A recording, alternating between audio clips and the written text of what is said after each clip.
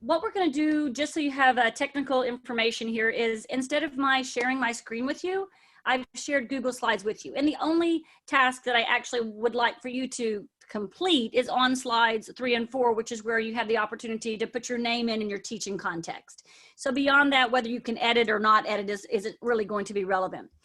For those of you who are out there, if you're comfortable turning your screens on, then that's great for me, because I like to see the faces, but certainly you do not need to turn your screens on. And as Heather Zitlaw pointed out, the session is recorded, but we will be going into breakout rooms 4 times during our time together today. And what happens in a breakout room is not recorded. So the only thing that's recorded is this main space. I'm going to take us down to our goals for today. So we're all should be looking now at slide 5. You can click on slide 5 to go to today's goals. And this lets you know we're going to spend a little bit of time getting to know each other. We're going to review the underlying pedagogical and theoretical frameworks for the presentation. Of course, we'll focus mostly on the 7 steps that I've used for scaffolding learners into this skill of using outside sources in their research-based writing. So moving students from a narrative platform into a resource-based platform. And then again, during the session, we will have opportunities to brainstorm in breakout rooms so you can think about how the principles apply in your own teaching context. At the end of the session, we will hopefully have time to hear from you as well, hear your questions, hear your insights as we wrap up our time together. I tend to speak a little quickly as we go because I always find there's not enough time. So I'll go through this as quickly as I can and hopefully answer as many questions as I can during the session. If you do have questions, feel free to post those into the chat room. Heather Zitlaw is going to monitor that to make sure that I don't overlook something that should be answered.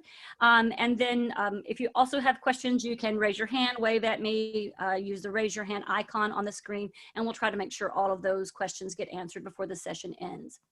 So now I'm going to move on to slide number 6. Slide number 6 is going to jump us into where I started this story. I started this story by asking a basic question. Why can't my learners do this? It's so simple, right? And this is the frustration, the picture that my husband found of me. Why can students not do this? It's really a simple instruction. If you use information from someone else, tell us where it came from and put it in your own words. Turns out that that simple instruction was not so simple. And this is going to be our first breakout room. I'm going to send you into breakout rooms, give you 3 minutes for you to unpack this concept. Why do you think learners struggle with my simple instruction? So in your breakout rooms, please brainstorm why avoiding plagiarism, why paraphrasing, why using citations are challenging skills for many multilingual students. Heather's going to send you there. You'll get a notice after 2 minutes that says you have 60 seconds before the breakout room automatically will close. But you'll have a total of 3 minutes to communicate, share your ideas with colleagues. And I'll see you back here soon. Give me 1 second. I'm setting these up. I just need to make sure I don't put you into a room, Heather.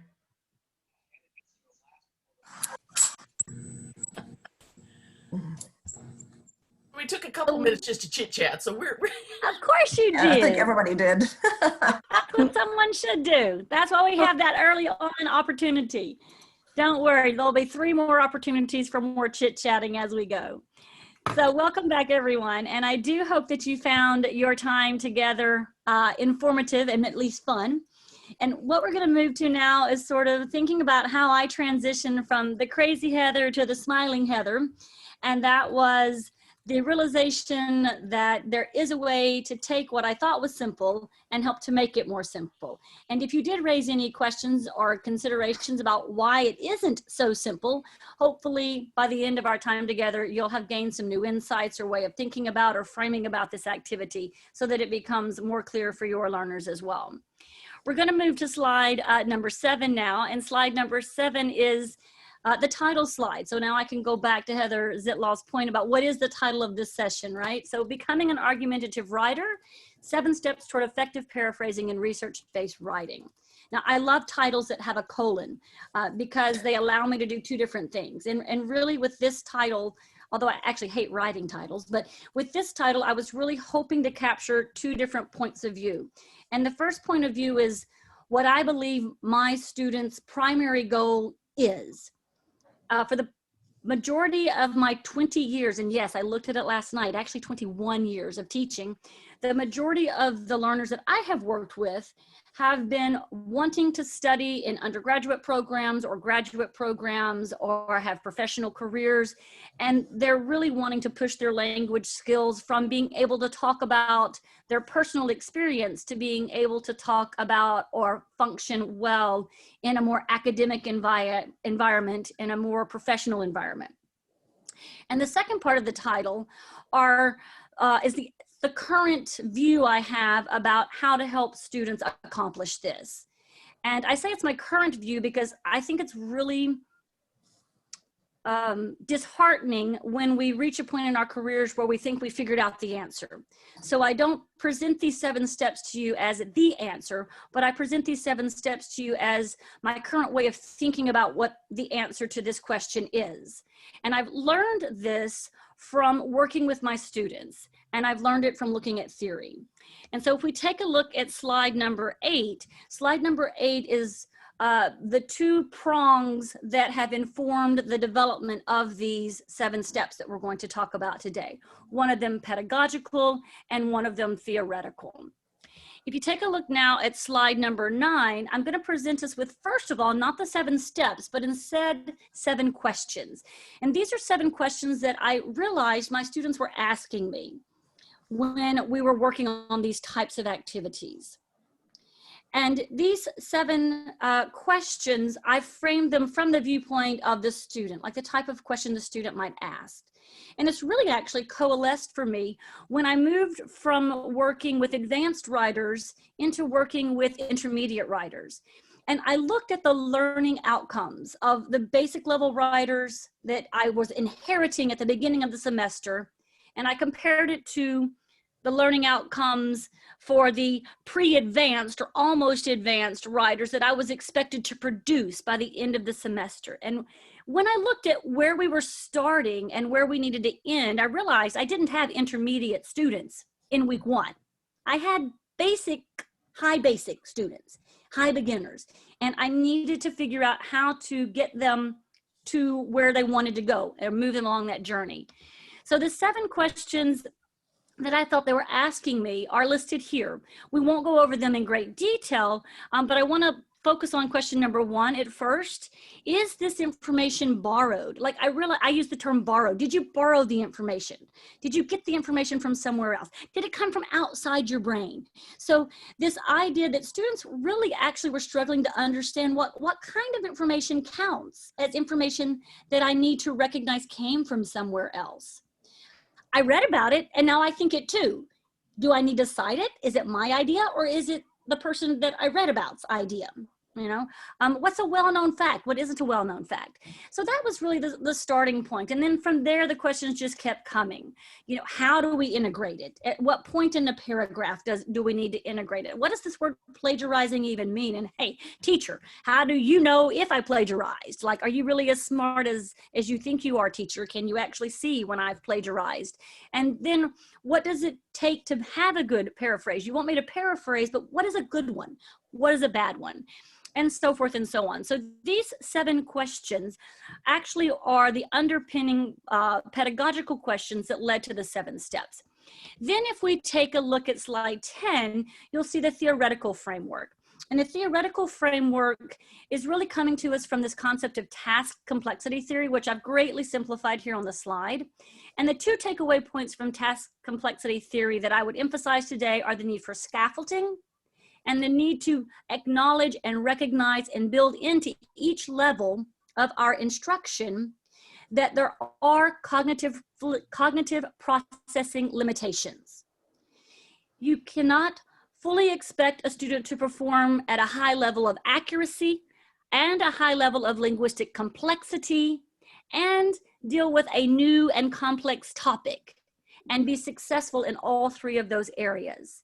So throughout the 7 steps, actually through 6 of the 7 steps, I tried to hold the topic very constant, repeating the same topic, or to choose a topic that's actually quite familiar to the students so that they're not spending their cognitive processing abilities on working with the new topic information, but rather on the skills that I want to highlight, the linguistic complexity, and also the skill of accurately working with citations. Okay, so we'll take a look now at slide 11. And slide 11 is the meat and potatoes of our time together. Slide 11 is, oh dear, Control Z, Control Z. It's the 7 steps summarized, at least it should have been. There they are. Okay, so there are the 7 steps summarized for us. We're going to look at each of the 7 steps, so I will not preview them now. Instead, we'll go to slide 12 and we'll take a look at that first step in detail. So the first step is to use an interview response for a comparative personal narrative composition to highlight the need for citations. So I have been lucky at the times I've run this, I've had enough variety in the classroom where I can have students work in groups of 3 or 4, and they can share information about their countries. They can talk about education systems, political systems, the economies, the culture, and they are writing not only about their own system, but they're writing about the system of someone else. And we don't want to look at the internet to find the information. We simply use our partner to get that information from, right? So in terms of the citation, we focus on how do we cite when we get personal information, so personal communication. And what you see on the screen now are the actual instructions that I have given to students. They're quite simple instructions that they are presented with. And we'll talk later about what type of citation format you might want to use, but you can see here it's a very simple system that I provide them with for this first project. Now, I'd like us to take a look at, I think some folks are moving some slides around. That's okay, we'll move that back. Okay, so if you take a look now at slide 13, you're going to see another aspect of this activity. When I have students write their papers and turn them in, I create a pop quiz that they don't know is coming. And on the pop quiz, I put a series of sentences that I pulled from their papers, right? And so here's what a portion of this quick quiz might look like. You can take a look at sentence, for example, 7. The Great Caves were discovered by whom? And London was founded in what year? By the Romans. That was sentence number 8. I give the students this quiz and they freak out. I don't know. Okay, you don't know. That means it should have had a citation. And guess what? You didn't give me a citation. So really step 1 is like trying to present them with a way to begin to think about what type of information needs to have a citation. In step number 2, looking now at slide 14, we start, the next step is to incorporate direct quotes. So we don't jump to paraphrasing, we go to this idea of the direct quote. And we used direct quotes from authentic reading. And this activity starts with an unsupported paragraph. So I give them a paragraph that I have written. I also have several modified student models. So I've taken a paragraph that a student has written for their final paper in class, and I've removed all of the citations from that paragraph and cleaned it up a little bit. So we basically have an unsupported paragraph, a paragraph that really could be your own ideas, right? And then from that, in that unsupported paragraph, I ask the students to situate, to choose the best location to insert a direct quote. So this is trying to build this idea that when you are taking information from somewhere else, when you are borrowing information, right, it shouldn't really replace your idea, it should support your idea. So you gotta have your own idea kind of first, and then you bring that supporting citation in to support that idea. And so here is a partial example of an activity for this step. So you can see here, I have given them in the small box a paragraph that I wrote. And then I asked them to insert 3 quotes into that paragraph. So it goes from being a 5-sentence paragraph to being an 8-sentence paragraph. And I've given to you one example. One of the quotes is, and this is Gray, the author of the article, who was quoting Rabinowitz, somebody in the article, right? And I tell them who Rabinowitz is, and then there's the quote for them, right? And so their job is to figure out, should I put that quote after sentence number 1, after sentence number 2, 3, 4, or at the end of the paragraph after sentence number 5, okay? Don't worry, I'm going to give you a chance to do that activity on your own in our breakout room. But first, I'm going to have our slides keep jumping around. That's okay. I'll move them back down. Okay, slide number 15 now. That takes us into step number 3.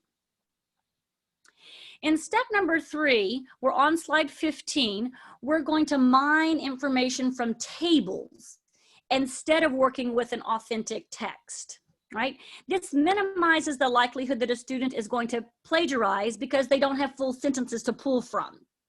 Now, you still do need to work with the notions of appropriate synonyms, specifically in terms of the title of a table. Oftentimes, students really struggle with how do you rephrase the title of a table. So it's also a good opportunity to begin working on that skill of synonym building, right? So here's a table that I've used in class before, global threats. And the word that pops up always is the word threat. So how can we talk about threats using other vocabulary? You know, problems, challenges, relative clauses, issues that people are concerned about. So it's a really rich opportunity to think about how you can appropriately use synonyms, but on a very small scale. And then I have students produce sentences and paraphrases using the tables, okay? So it is your turn now to work with these first 3 steps. And we're doing so well, I can give you 6 minutes. So that gives you 2 minutes on each of the 3 steps, or you can choose one of the 3 steps that you want to focus on, okay? And you have these 3 tasks that you can do. Step number 1, go back to step number 1, which I've got listed here for you, step number 1. Okay, and in your team, you can brainstorm topics that you could use. I gave you the one topic. What topic would work in your context? You might also think here about topics from textbooks. How can you build on a topic from a textbook to add this component? Step number 2, having students work with incorporating direct quotes, right? So you can return to slide for step 2 by clicking here. This will take you back to step number 2. And you can pretend you're the student and discuss where you think that quote is best located. Try to do the activity, okay, for step number 2. Or in your team, you might want to work on step 3, mining information from a table. So if you do this, you have 2 different options, right? You can return to your topics from step 1 and take a couple of minutes, go Google something, or talk about good locations to find tables in your team. Or you can go back to the slide for step 3 and you can pretend you're the student and try to paraphrase. So Heather is going to send you back into your discussion teams, and I ask you to choose one or more of those 3 steps. You have 6 minutes to work with your partners. Okay, I'm opening the breakout rooms now. Hello, welcome back everyone. So we've had a chance to think about the first 3 steps, and we're going to take a look now at steps 4 and steps 5. And after steps 4 and 5, you go back into your breakout rooms, and then we'll take time at that point for a couple of questions as well. But before we take questions, we're going to take a look at steps 4 and 5. Okay, so we're going to move on to slide 17. Slide 17 is where we have step 4. So at this point, steps 1, 2, and 3, step 1, the information that students were gathering, they came from their classmates. Steps 2 and 3 were, the information was coming from sources that I provided the students with. So materials I brought to the classroom. But in step 4, an emphasis here is on how you can create or use a source report to help students be accountable for or think about where they're pulling information from when they are doing the research on their own. And so this is sort of an intermediate step that helps them get to this idea of creating a formal reference page. And it also helps to create a connection between information that they are finding and the fact that they're putting that information into their paper. And rather than they've read about it and they remember it, and then they put it in their paper without remembering where it came from. So we're trying to build those connections between I'm putting information in my paper and here's where it came from. So I have used several iterations of this concept of the source report. And if you're doing it in person, what I have done is give students a folder, and I've asked students to take that writing folder and they submit it to me every time they submit a writing project. And in that writing folder, I have the students print the source. Most of the time students are taking something from the internet, so that like print the website. Or if you go to the library, make a photocopy of the relevant page, right? And put that document in your folder. And take the document that you printed or copied and highlight the sentence or sentences that you used, right? Optionally, I can assign them a reference chart where they begin to put in the information that will subsequently go into a reference page. But that may or may not be appropriate. Like, the important thing here is not what the citation looks like, but building that connection between this is information that I'm taking from somewhere and here it is. Right? If we're doing this virtually in our current situations, then I would use a Google Doc source report instead of a physical folder.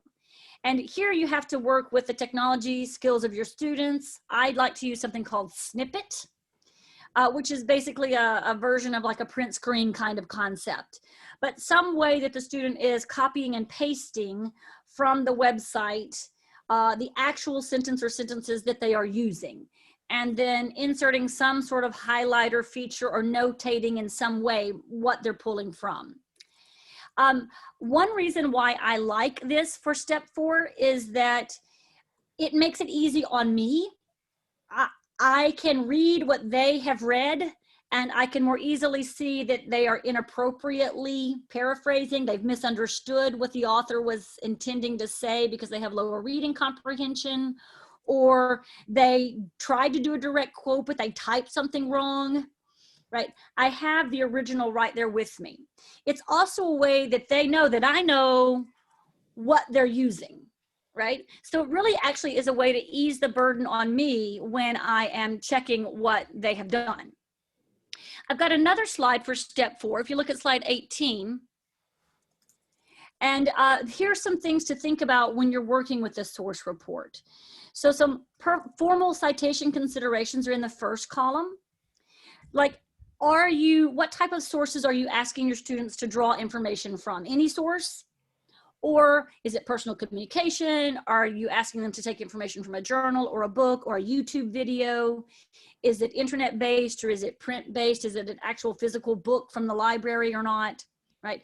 And of course, you can also think about, are you wanting to deal with MLA or APA or blue booking? I currently work at a law center, so we do blue booking at the law center.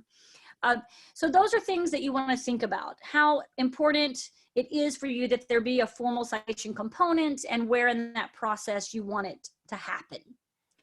Another thing that you can do is, instead of being so formal, you can do an informal citation approach.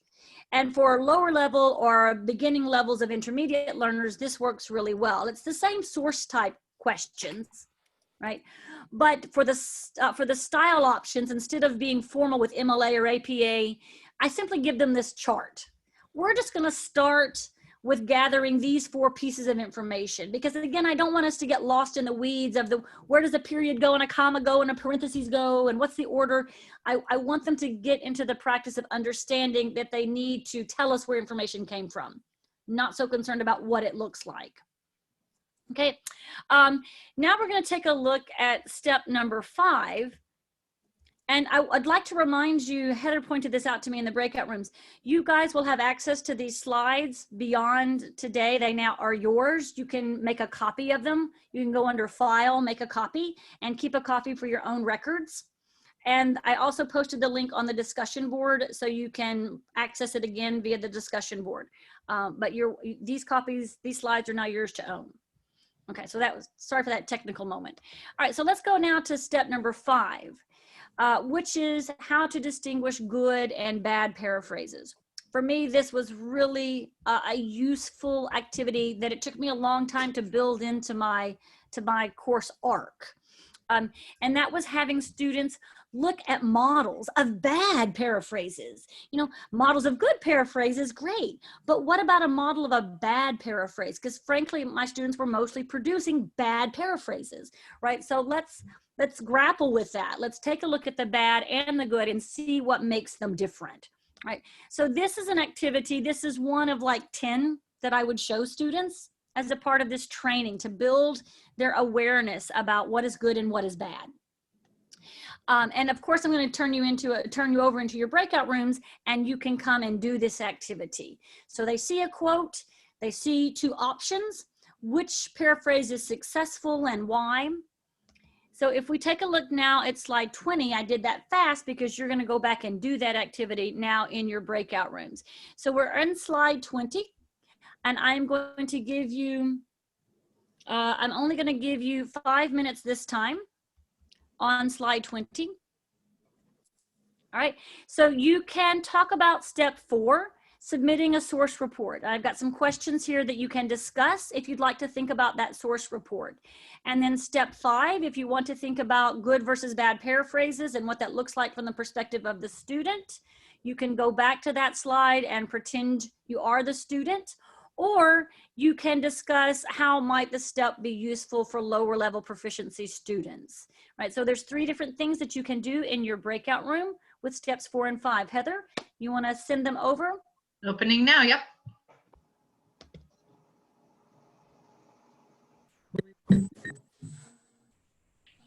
Hey everyone.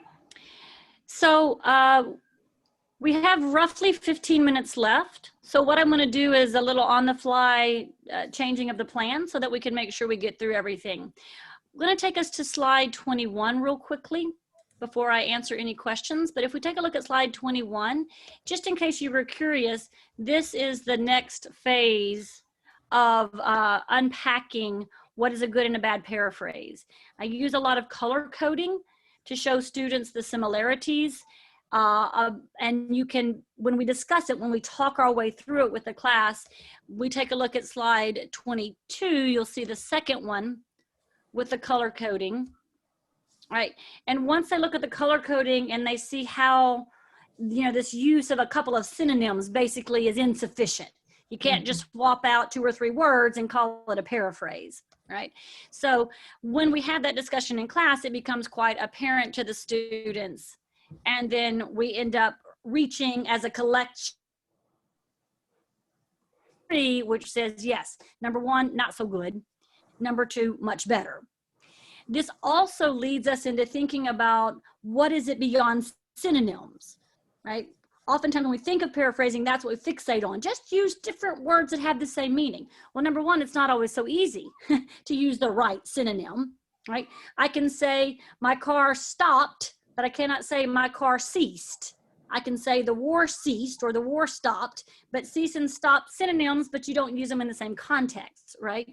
So it opens this door to thinking about the complexity of synonym choice, and it also opens the door to thinking about it's not just synonyms, it's also variation of the grammar structures, right? So that leads us into step 6. So now we're on slide 24. In step 6, now we're ready to talk about creating their own paraphrases rather than looking at paraphrases that have been created and shown to them, right? And there's several things you can think about here. You can do step A, which is fully in class, working in pairs. Give students something to paraphrase in class, they turn it in, you respond to it real time. This is nice because you can feed them 1 paraphrase at a time. So if you've got a fast group, they might be working on their 3rd paraphrase while the slower group is still working on number 1, and that's okay, right? If you're doing this virtually, you have to think about how you're going to supply that Google Doc and share that information via a Google Doc, right? You can also, of course, have a homework version. They work on things at home, bring it into class, right? And then you could fold this back into step number 2. If you remember, step 2 was inserting direct quotes into unsupported paragraphs. You can do the same thing now with paraphrases. Where are we going to put these paraphrases into a paragraph, So a few other things to think about here under the yellow column of the table is this idea of not just using synonyms, but also the idea of how can you change the grammar? Can you change argument to argue? And will that help you create a paraphrase? Maybe we need to change from active voice to passive or passive to active. Maybe we need to take a complex sentence and make it compound. So lots of different ways that you can think about changing the grammar structure to paraphrase. And then I also put here on this chart some common problems that students have with paraphrasing. So those ideas come from student notes that I've gone over with students. We'll take a look now at step number 7, which is the last step. And that is where the training wheels completely come off, right? And this is where the students are choosing their own topics, potentially writing their own papers, working fully with quotes and paraphrases. Okay, so before we take a look at steps, the last few slides, we have only about, what, 13 minutes left, Heather? 11. 11 minutes? Yes. Okay, let me see if there are any questions that you want to ask before we do those last few slides together.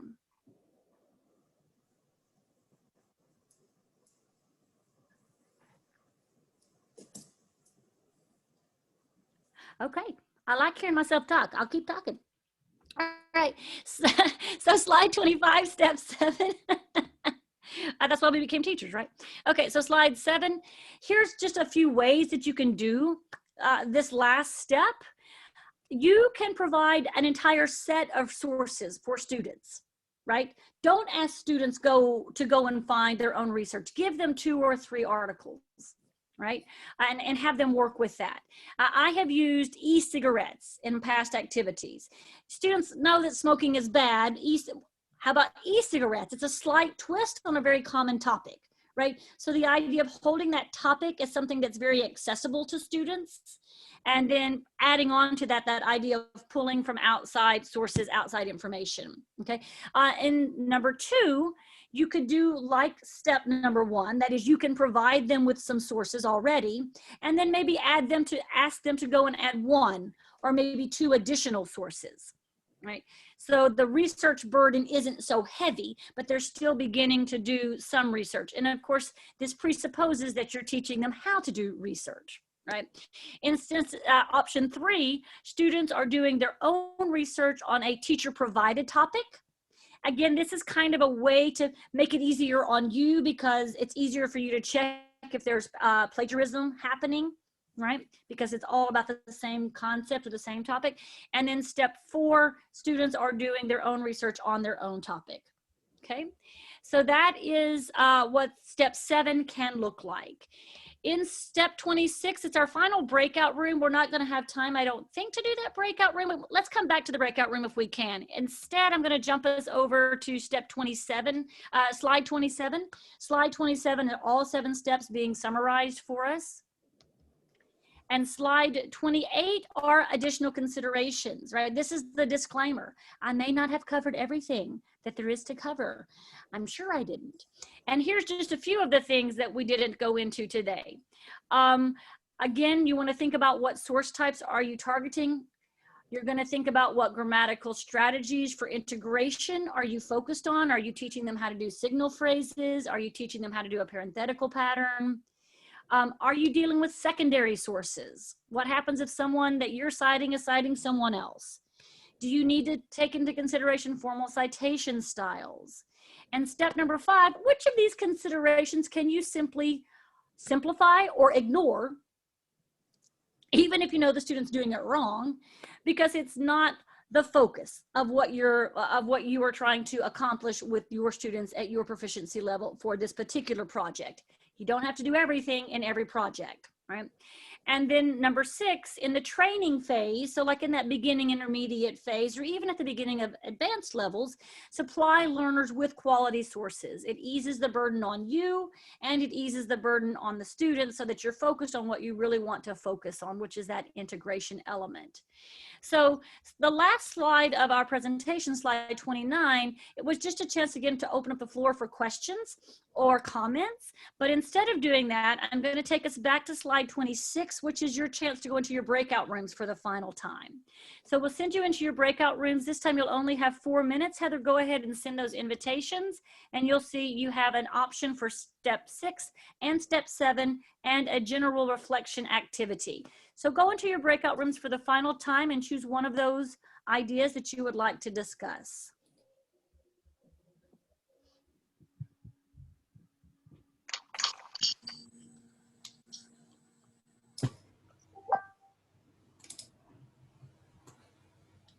Okay, I think everyone is back. Okay, so welcome back, guys. I have taken myself to slide 29, which is just our wrap-up slide. And want to thank you all for spending some time with me this morning. And I hope that one or more of the 7 steps gave you a new way of thinking about this process for your students and how you can help them through this process, and being nice to yourself along the way. Is there anything anyone would like to close us out with? Any question or thought? This is how Great to see you. Good to Yeah. see you. Yeah. Good to see y'all. And a really And useful, the rest of you. and a useful presentation too. Thank you. Well, thank you. Thank you. I hope there was something good there. I know a lot of us have been doing this for a while. Some of us maybe are new to it still, but there's always something new to be reminded of, even if it's not something you didn't know. So hopefully it was something worthwhile, a worthwhile way to spend your morning. I also always think that, you know, if I realize that somebody else is doing something that I'm also doing, then it must be good, right? Yes. And it can be affirming. Yes, it can be Confirmation affirming. bias. Yeah, exactly. Exactly. Yeah. A great chance to see colleagues from past times. So